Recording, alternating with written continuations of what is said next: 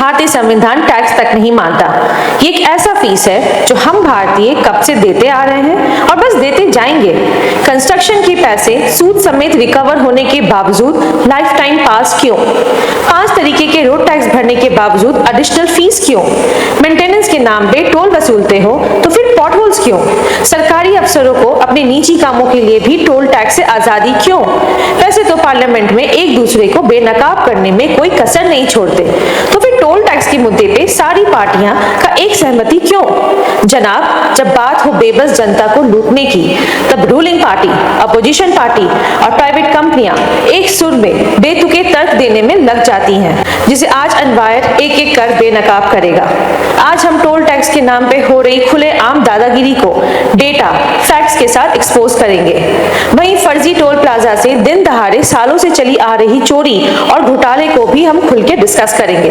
Presenting expose the dynamic toll tax by अनवायर।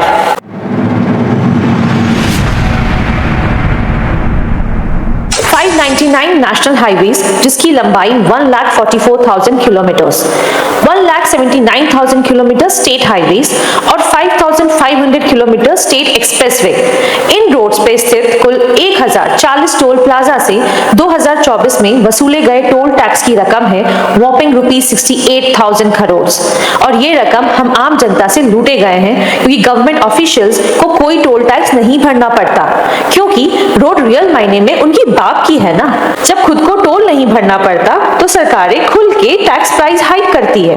2024 में ये tax rate was hike by 3 to 5%। यही नहीं, credit rating ICR के मुताबिक टोल चार्जेस में 3% बढ़ोतरी होने वाली है 2025 में, और 2026 में ये बढ़ेगी एट 3.5 to 4.2%। अब सरकार की तर्क ये है कि बढ़ती महंगाई में रोड कंस्ट्रक्शन, मेंटेनेंस की कीमत में तो बढ़ोतरी होती है।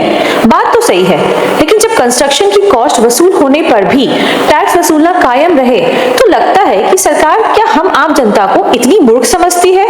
स्टेट हाईवेज भोपाल से देवास की अगर बात करें तो कंस्ट्रक्शन कॉस्ट थी ₹426 करोड़ इन 2010।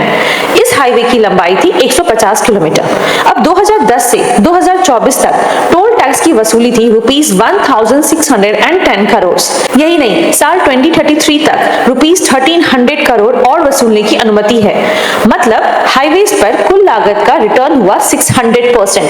जरा सरकार हमें समझाए, ऐसी कौन सी महंगाई है जो 600 गुना बढ़ी है? 2024 में जब लागत का 4 गुना मुनाफा हो चुका है तो 2033 तक कौन से आधार पे और टोल कलेक्शन की अनुमति मिली है? 2023 में नीतीश गडकरी जी ने पार्लियामेंट में बोला था कि देश में कोई भी टोल हाईवे नहीं है जिसकी पूरी लागत रिकवर हो गई हो, हेंस टोल टैक्स को नहीं घटाया जा सकता।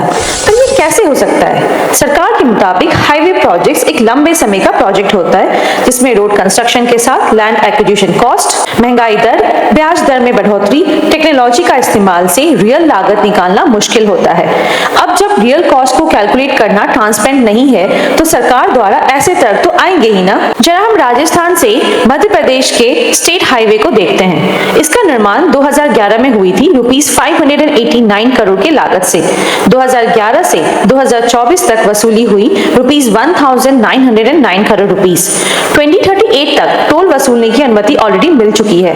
आप कोई भी कैलकुलेशन कर ले, लेकिन सरकार का तर्क समझ में नहीं आती है। चलो मान लिया कि कंस्ट्रक्शन कॉस्ट निकालने के बाद हाईवे मेंटेनेंस के लिए रकम की जरूरत होती है, लेकिन मेंटेनेंस में फिर टोल दर में कमी होनी चाहिए ना। एज पर रूल जब कॉस्ट रिकवर हो जाती है फिर टोल टैक्स को 40% घटाना होता है फॉर मेंटेनेंस। लेकिन NHAI ने कंफर्म किया कि ये रूल वो लागू नहीं कर सकते, क्योंकि उन्हें पूरे भारत में हाईवेज निर्माण करना है। शायद इसीलिए गवर्नमेंट ने पेश की life time toll passes for national highways. मतलब कुछ भी लॉजिक देकर इन्हें लाइफ टाइम टोल वसूलना ही है। एक रूल के मुताबिक 2 टोल प्लाजा के बीच में मिनिमम डिस्टेंस 60 किलोमीटर होनी चाहिए। जरा मुंबई पुणे हाईवे को ले, इस 150 किलोमीटर हाईवेज में कुल 5 टोल प्लाजा है।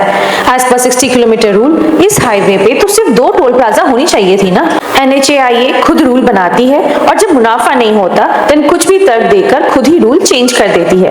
2021 में NHAIA ने एक रूल बनाई थी कि अगर टोल प्लाजा में 100 मीटर से ज्यादा लंबी लाइन लग गई हो तो बिना टोल पे किए गाड़ियों को जाने की अनुमति है। ये रूल टोल प्लाजा के एफिशिएंसी को बढ़ाने के लिए लागू की गई थी, लेकिन जब लोगों ने 100 मीटर से काफी लंबी लाइन को पोस्ट कर मिनिस्टर को टैग करने लगे तो NHAIA ने ये रूल ही हटा डाला। अगर बात करें रोड मेंटेनेंस की तो जरा ये पिक्चर्स देखें। ये फोटोज है देश के 4 महानगरों को जोड़ता गोल्डन क्वाड्रिलेटरल की। क्या ये रोड की कंडीशन टोल कलेक्शन को जस्टिफाई करता है? ईस्टर्न पेरिफेरल एक्सप्रेसवे की हालत देख खुद नितिन गडकरी जी ने बोला था, some of you need to retire. Now Gadkari ji ने एटलीस्ट कबूला तो, लेकिन एक्शन वो कोई क्यों लेगा? महाराष्ट्र गुजरात हाईवे की कंडीशन ऐसी है जिसपे आपको 10 से 20 किलोमीटर पर आवर की स्पीड से भी गाड़ी चलाना मुश्किल है।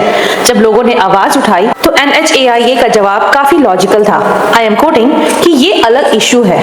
अलग इशू है कैसे? पता नहीं। सिंस 2020 यही NHAIA ने मुंबई नासिक हाईवे से ₹1100 करोड़ टोल कलेक्ट किया था, लेकिन हिंदुस्तान टाइम्स की रिपोर्ट क्लियरली बताती है कि रोड पे गड्ढे कई किलोमीटर तक फैला हुआ है। अब रोड मेंटेनेंस अलग इशू कैसे हुआ पता नहीं। रिसेंटली हाई कोर्ट ने NHAIA को ऑर्डर दिया था to reduce toll tax by 80% on poorly maintained highways in Jammu and Kashmir. बात यह है कि जम्मू एंड कश्मीर के लोगों ने रोड की बेकार हालत की कंप्लेन हाई कोर्ट से की थी। सो बेसिकली अगर हमें भी जस्टिस चाहिए तो हर हाईवेज के लिए रिस्पेक्टिव हाई कोर्ट जाना ही पड़ेगा। हाई कोर्ट के डिसीजन आने से पहले अगर आपकी इन रोड पे एक्सीडेंट होती है तो मेडिकल बिल पे अलग GST देना होगा। The famous Cyrus mystery road accident में 30 से ज्यादा सेफ्टी इश्यूज थे। एज पर रिपोर्ट इस रोड एक्सीडेंट में 2 महत्वपूर्ण फैक्टर थे। The bridge got narrowed from 3 lanes to 2 and there were no sign warning the drivers about it. As per NHAIA data, total road casualties का 36% death national highways पे और 24% death state highways पे होती है। लेकिन ये national and state highways Bharat के कुल रोड्स के शेयर का सिर्फ 5% है। But naturally as per NHAIA ये भी एक अलग इशू है। दिस मेक्स मी वंडर, जब हम किसी हाईवेज पे जाते हैं तो कितना खर्चा होता है in return of these dangers. एक आम आदमी गाड़ी खरीदता है तो उसका आधा रकम तो टैक्स में जाता है। अगर एक कार की कीमत 10.5 लाख रुपीस है तो उस पे 28% दर से GST हुआ 2,97,000 रुपीस। रोड सीज टैक्स 17% के हिसाब से 1,80,000 रुपीस। फिर टैक्स कलेक्शन एट सोर्स 15,000, तो 10.5 लाख की गाड़ी आपको पड़ेगी 15 लाख रुपए में। पेट्रोल पे 21% एक्साइज ड्यूटी प्लस 15% वैट। 100 रुपए पेट्रोल पे 40 रुपए टैक्स। और अगर आप इतने हेवी टैक्स्ड कार को 100 किलोमीटर की हाईवे पे ले जाते हैं तो 500 रुपए toll tax. Road cess tax वो टैक्स है जिसे highway construction and road maintenance पे खर्च किया जाता है। इतने टैक्स के ऊपर टोल टैक्स। देश तरक्की के नाम पे चलो हम आम जनता टोल टैक्स भर भी दे, लेकिन एक हाईवे को सोने की अंडे देने वाली मुर्गी की तरह इस्तेमाल करना भी तो गलत है ना। सरकार का कहना है कि टोल टैक्स जरूरी है हाईवेज के लिए, लेकिन 2013 से नेशनल हाईवे की लेंथ वाज इंक्रीज बाय 59%, लेकिन इसी दौरान टोल प्लाजा की संख्या में 5 गुना इजाफा हुआ है। दरअसल इस दादागिरी की मुख्य वजह है BOT मॉडल, जिसके तहत हाईवेज का कंस्ट्रक्शन होता है। BOT that is build operate transfer. इस मॉडल के तहत टेंडर्स का बिडिंग होता है, प्राइवेट फर्म्स को कॉन्ट्रैक्ट मिलता है, फिर ये फर्म्स हाईवेज कंस्ट्रक्ट करती है और निर्धारित समय तक मेंटेन भी करती है। जब लागत और तय मुनाफा रिकवर हो जाता है फिर ये हाईवे सरकार को सौंप दी जाती है। लेकिन हम जानते हैं कि सरकार टोल कभी बंद नहीं करती। प्राइवेट फर्म्स के इन्वॉल्वमेंट के बावजूद रोड की क्वालिटी बेकार ही रहती है, क्योंकि इस डील में मुनाफा गारंटीड है। हैदराबाद के नेहरू आउटर रिंग रोड के लिए सरकार ने टेंडर निकाली थी। एक प्राइवेट फर्म ने सरकार को ₹7,380 करोड़ देके ये टेंडर लिया। अब जब तक इस कंपनी को ₹16,000 करोड़ नहीं मिल जाता तब तक ये रोड इस फर्म के पास ही रहेगा। मतलब साफ है, सब मिलके आम आदमी को निचोड़ने में लगे हुए हैं। ये हमें चूसने में इतने बिजी हैं कि इन्हें फर्जी टोल प्लाजा तक दिखाई नहीं देता। रिसेंटली यूपी पुलिस ने Alok Kumar 35 year old software developer को गिरफ्तार किया जो फर्जी टोल प्लाजा का स्कैम कर रहा था। 42 फर्जी टोल प्लाजा अक्रॉस 14 स्टेट्स। ये धंधा वो 2 साल से चला रहा था। इसकी एक फर्जी टोल प्लाजा की डेली इनकम ₹45,000 थी। दिन दहाड़े 20 सड़क पे स्कैम, वो सड़क जिससे कितने सरकारी अफसर गुजरते थे। तो बात सिंपल है, हमारे भारत में हम आम जनता की कोई सुनवाई नहीं है।